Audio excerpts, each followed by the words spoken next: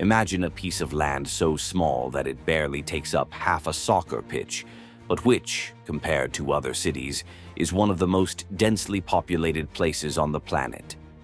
What if I told you that this tiny island is not only disputed by two countries, but also carries a history full of mysteries, ghost legends, and a population that lives in conditions you can't even imagine?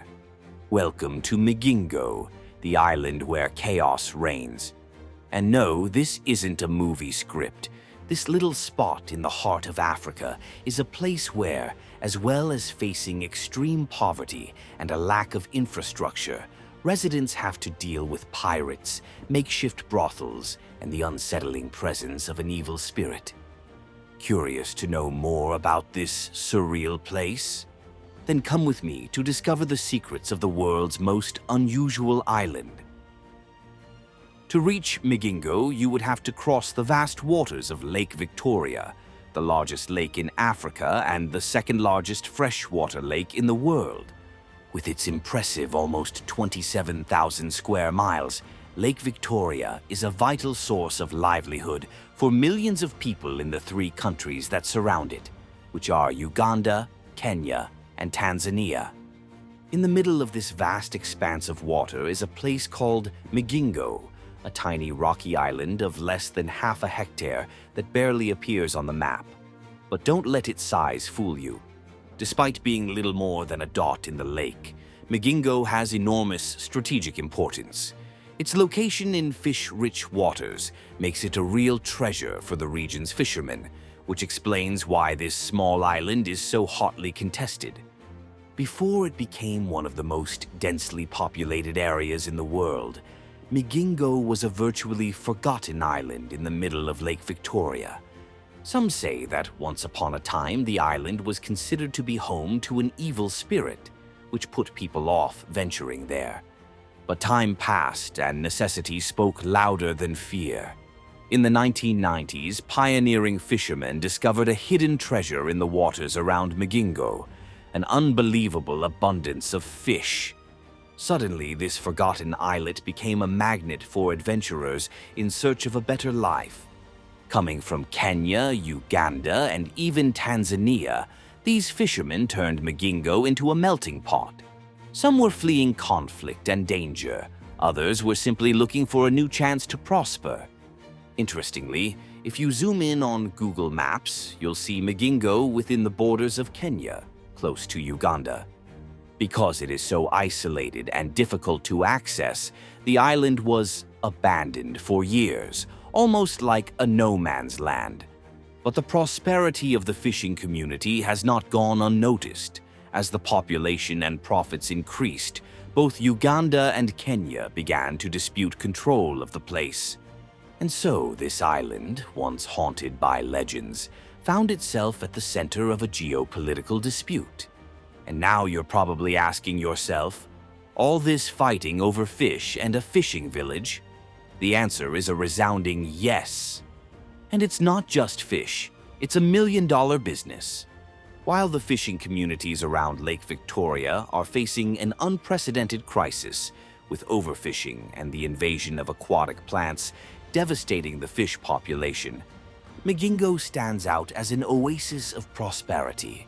The deep waters around the island are still home to valuable species such as the coveted Nile perch, making MIGINGO a strategic fishing center for the East African economy.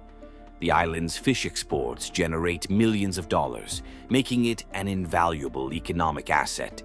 To give you an idea, in just 1 week, MIGINGO's fishermen earn almost 3 times what mainland workers earn in a whole month. The reason? The valuable Nile perch, a fish with meat rich in fat, which is highly coveted on the international market.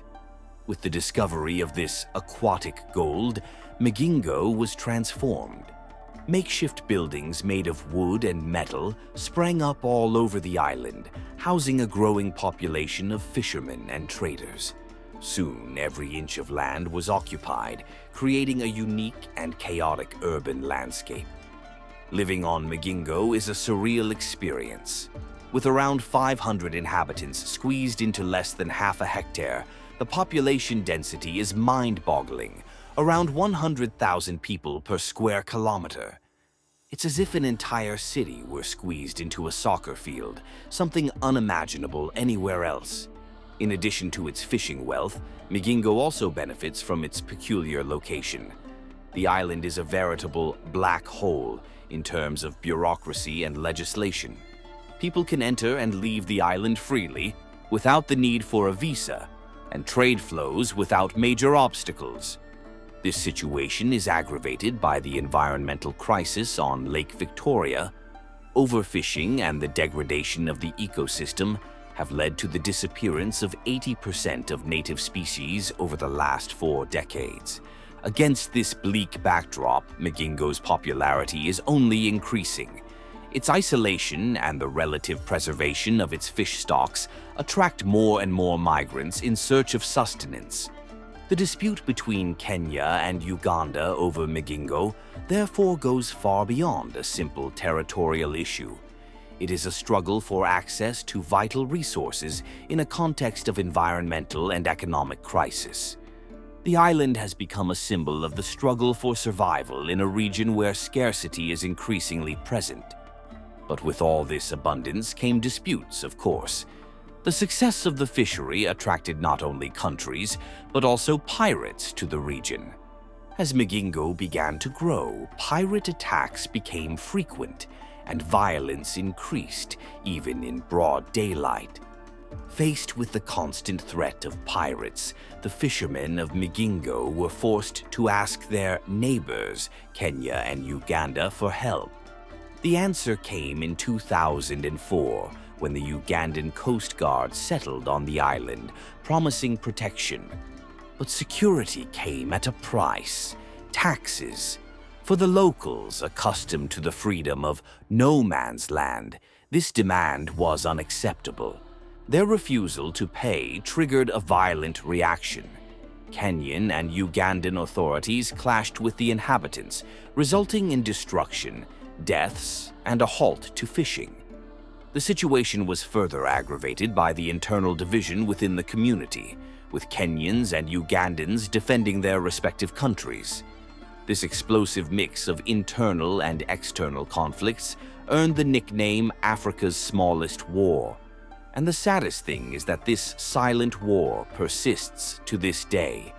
Kenya and Uganda continue to claim sovereignty over MIGINGO, each claiming that the island is within their borders.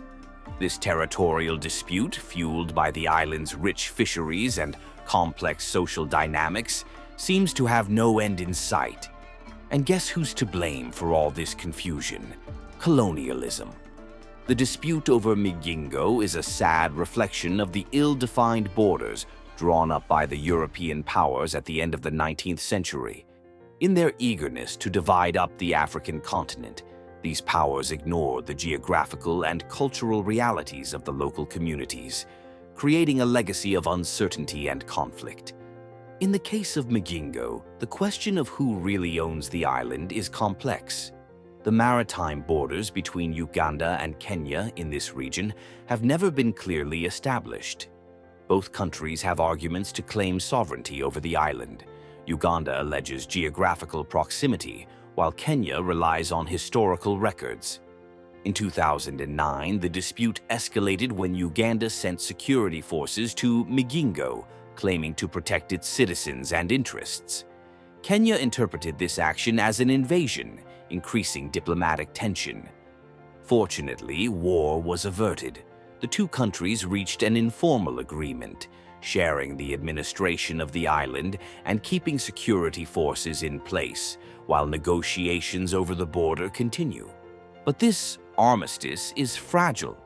The lack of a definitive agreement keeps things tense, with Kenya and Uganda interfering in the administration, fishing, and tax collection on MIGINGO. But that doesn't mean that the inhabitants are suffering. Despite the political tension and the lack of a definitive agreement, life in MIGINGO goes on, driven by the wealth of fishing. The valuable Nile perch, increasingly rare in Lake Victoria, fetches exorbitant prices on the international market, reaching $300 a kilo. No wonder Kenya and Uganda want a piece of this lucrative pie, even if it means keeping the community in a limbo of uncertainty. But this prosperity comes at a high price. The island has become a maze of metal shacks, crammed together without any urban planning. There are no streets, squares, or green areas.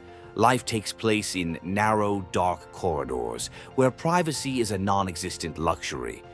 Despite the precarious conditions, the MIGINGO community is united by the need to survive. Physical proximity, however challenging, creates strong bonds between the residents. Everyone knows each other, news spreads quickly, and solidarity is essential to face the challenges of everyday life, not to mention the peculiarities. For example, electricity on the island is supplied by small generators, which often fail to meet demand. So, when the power goes out, all residents are forced to revert to candles and lanterns. But even without constant electricity, there are bars and small restaurants that serve as meeting points for fishermen after a long day on the lake, and even a point with a makeshift casino. The cultural mix in MIGINGO is another remarkable curiosity. With fishermen from various parts of Lake Victoria, the island is a veritable melting pot of languages and traditions. Here you'll find Kenyan, Ugandan, and even Tanzanian influences. People speak Swahili, English, Luganda, and various local dialects, which creates an interesting mix of cultures and traditions. When they're not working, the residents of MIGINGO divide their time well. With no reliable electricity, internet, or television, the locals enjoy their free time in one of the island's 5 bars, taking a stroll around the hotels. Yes, there are hotels on the island, and enjoying the sun. Another interesting fact is the informal economy that has flourished on the island. As well as fishing, which is the main activity, there are small stores, tailors, and even makeshift beauty salons. These businesses are essential to everyday life on MIGINGO, offering services and products that would be difficult to obtain without leaving the island. There are even pharmacies on MIGINGO, but for more serious health problems, a trip to the mainland is unavoidable. The lack of medical infrastructure is one of the challenges faced by residents. Despite the difficulties, life on MIGINGO goes on. Traders bring in goods from the mainland. The exchange of goods and services is constant, and the community sticks together, finding ways to thrive in a challenging environment. As we said before, the houses are built with iron sheets, and none of them have toilets, forcing residents to use the lake water to wash. This also means that when nature calls, that is, at the time of number 2, the lake becomes the solution. One side of the islet is used for men's personal hygiene, while the other is for women. It's chaos, but well-organized chaos, by the way. Even in conditions that may seem precarious to our eyes, MIGINGO has 14 brothels which, alongside the bars, openly sell alcohol and some soft drugs. Despite the political tension and challenging living conditions, MIGINGO also arouses the curiosity of adventurous tourists. The island has become an unusual destination, attracting visitors who want to experience its peculiar history and vibrant daily life up close. The territorial battle does not prevent Kenyans and Ugandans from living together in harmony.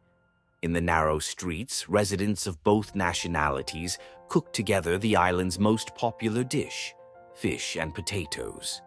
This peaceful coexistence contrasts with the political wrangling that goes on behind the scenes.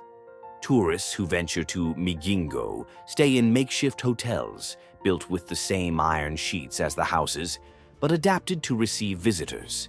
The experience is unique, sleeping in a cramped room, without a private bathroom, and sharing the space with other travelers and locals. Curiously, amidst the maze of makeshift shacks, some more regular buildings stand out. The police station, erected by Uganda to ensure security, a small church, and a mosque.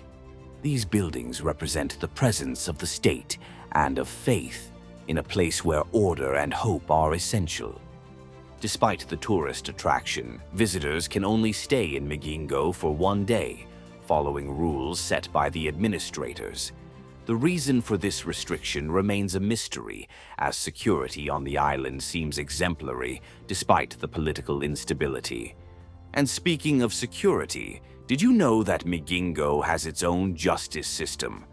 With no clear central authority, the locals have created their own rules for resolving conflicts. Fights and disagreements, common in such a cramped space, are resolved at community meetings, where everyone has a voice and decisions are taken by consensus. The result, an incredibly low crime rate. Since 1991, only 6 cases of theft have been recorded. The punishments are also unique: straw lashes for petty theft and permanent exile from the island for more serious crimes. Despite being a huddle of people in a tiny space, without adequate conditions or structures, everyone in the region seems to want to go there. Even with the ban on new construction, more people continue to arrive on the island, not to mention the births that only add to the overpopulation. This overpopulation is a real threat to the future and quality of life of the residents. The territorial dispute between Uganda and Kenya has yet to be resolved. In the meantime, the inhabitants of MIGINGO remain in a kind of limbo, unsure of who they belong to, Kenya or Uganda. But the complications don't stop there. In addition to the territorial dispute, MIGINGO faces serious environmental challenges. Predatory fishing is becoming an increasingly serious problem, and climate change is altering the conditions of Lake Victoria, making fishing increasingly unpredictable. The degradation of the lake's aquatic ecosystems also threatens the sustainability of fishing, which is the basis of the island's economy. Without action to protect natural resources, MIGINGO risks losing its main source of livelihood. Overcrowding is another huge challenge. With so little space and so many people, living conditions are extremely difficult. The lack of basic infrastructure, such as drinking water and sanitation systems, means that public health problems are frequent, including outbreaks of waterborne diseases. And as if that weren't enough, the lack of adequate health services leaves residents even more vulnerable, without access to the necessary treatment. But do you know what's most striking about all this? Curiously, just 200 meters from MIGINGO, there is another island called Usingo. It is much larger and practically uninhabited, with just a few families and scientists who use it as a base for research into the fauna and flora of Lake Victoria. So why doesn't anyone want to move there? Remember the evil spirit that supposedly lived in MIGINGO? Well, they say he moved to Usingo and started to disturb the few inhabitants there. This made everyone prefer the crush of MIGINGO to the haunted tranquility of Usingo. So, would you face life in a place like MIGINGO? What do you think would be irresistible on this island, and what would be the biggest challenges? Let us know what you think in the comments. And if you've enjoyed this journey through the curiosities of our Bello Mundo, don't forget to subscribe to the channel to keep up to date with more incredible stories. Thank you very much for watching, and we'll see you on our next adventure.